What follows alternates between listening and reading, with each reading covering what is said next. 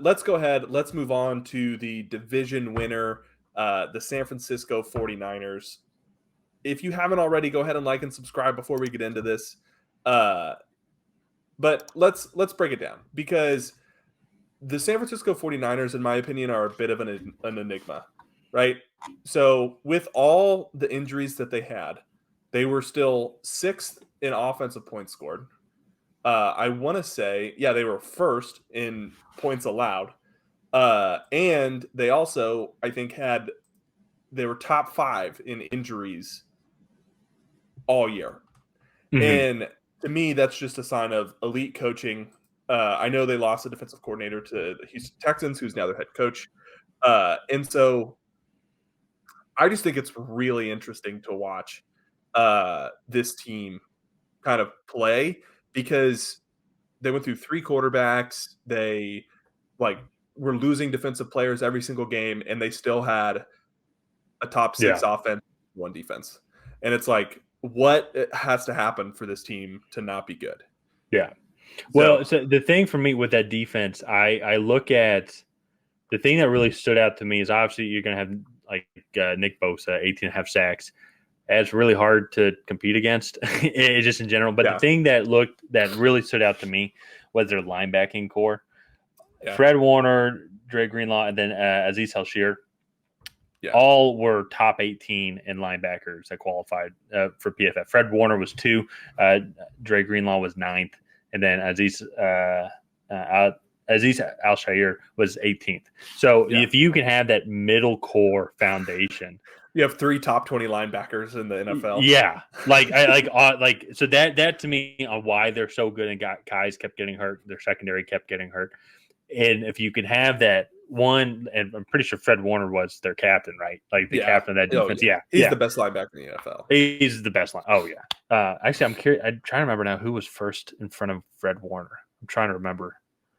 I'll have to go check. But solidifying that line right there, and then you got Nick Bosa, or the middle part of that field, and then you have Nick Bosa just absolutely getting after the quarterback on every single play.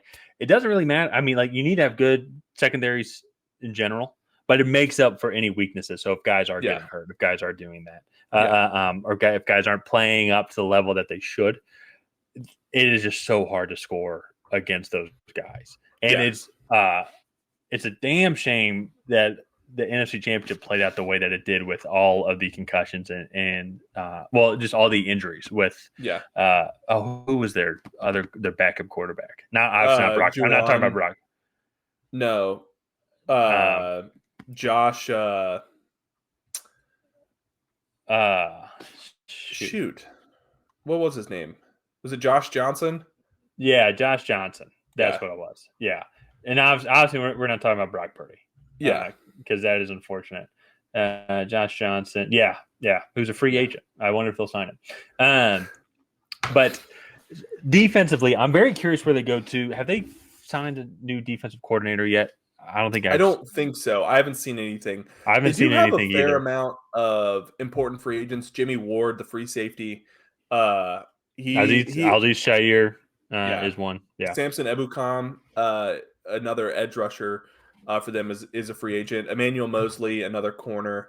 Mm-hmm. And then maybe a few other depth guys with Tashawn Gibson, Jordan Willis. So Jason Verrett also, but he's 30. He'll be 32. And so I just think they have an interesting free agency in 2023, because I think they're actually going to let a lot of these guys walk. They only have $8 million in cap space, and and that's that, what I'm while looking at. That's better.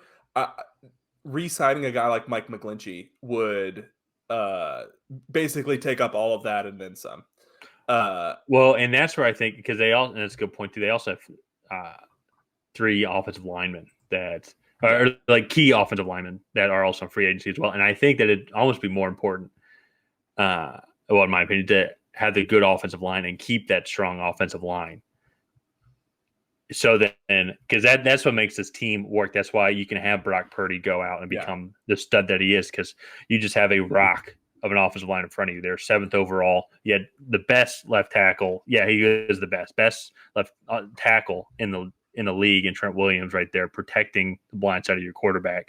Then at the same time, you have just good pieces, consistent pieces all the way else throughout the offensive line. And that's with a third-string quarterback. That's why they're able to have this offense and run this great schematic offense that they have, is because their offensive line is just a rock. Yeah. And so if you go spend your money elsewhere, but then you weaken up that offensive line, Brock Purdy can't do the things that he's going to be able to do. I don't know if he will be able to come back and do the same things he's going to be able to do with his UCL injury. Who we really don't know about Trey Lance, and we just honestly really don't know about Trey Lance. We obviously seen the film. He's only played like 6 quarters. 6 quarters, yeah. So does he come back? How is Brock Purdy's arm when he comes back? It's going to be very interesting how they handle this offseason with the new defensive coordinator, how they want to go about the defense. Because they do need to clear up some cap space just to sign the draft picks even. But even from there, so earlier I said that the Rams might have the worst draft situation in the NFL. I think the 49ers do. They only have a 5th and 2 7s. So like they're sending their first rounder to the Dolphins, their 2nd, 3rd, and 4th to the Panthers for Christian McCaffrey. And then they sent a 6th to the Texans for Charles Omenihu. And then, so they just have a lot of missing draft capital this year just from trades that they've made.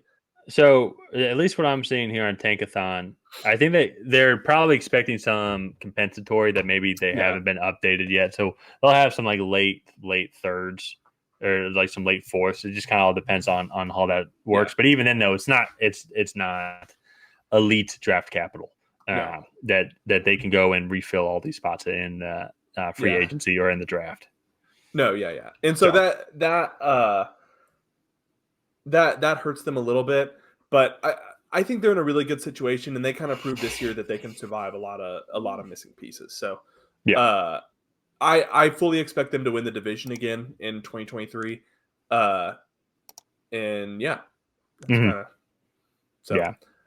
All right, I think that's going to wrap up the San Francisco 49ers. If you guys have not already, please go ahead and like and subscribe and hit that bell notification so Tyler and I can message you every time we post new content, which if you haven't noticed, we've been doing a lot of lately. So smash that bell, and we will see you guys next time.